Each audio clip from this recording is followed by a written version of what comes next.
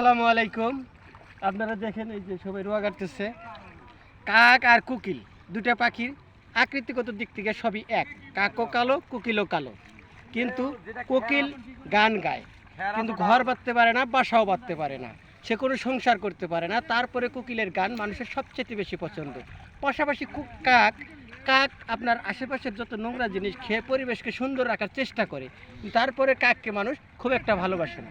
এই যে মানুষগুলো দেখতে পাচ্ছেন, এরা সারা দিন রাত পরিশ্রম করে আপনার এই দেশে খাদ্য চাহিদা পূরণ করতেছে, মানুষের অভাব অনটন দূর করার পিছিয়ে দেশের উন্নয়নের দিকে এরাই সর্বোচ্চ ভূমিকা রাখতেছে। কিন্তু তারপর দেখবেন, এই যে দেখছেন জমিওয়ালা, ইনি ওই যে ঘুরে বেড়াচ্ছে, কোকিলের মতো ঘুরে বেড়াচ্ছে। অন্তত পক্ষে তাদেরই দাম বেশি, তারাই সমাজের মধ্যে প্রতিষ্ঠিত, তারাই বলে কৃষক, তারাই বলে দেশের উন্নয়নের কর্ণধার।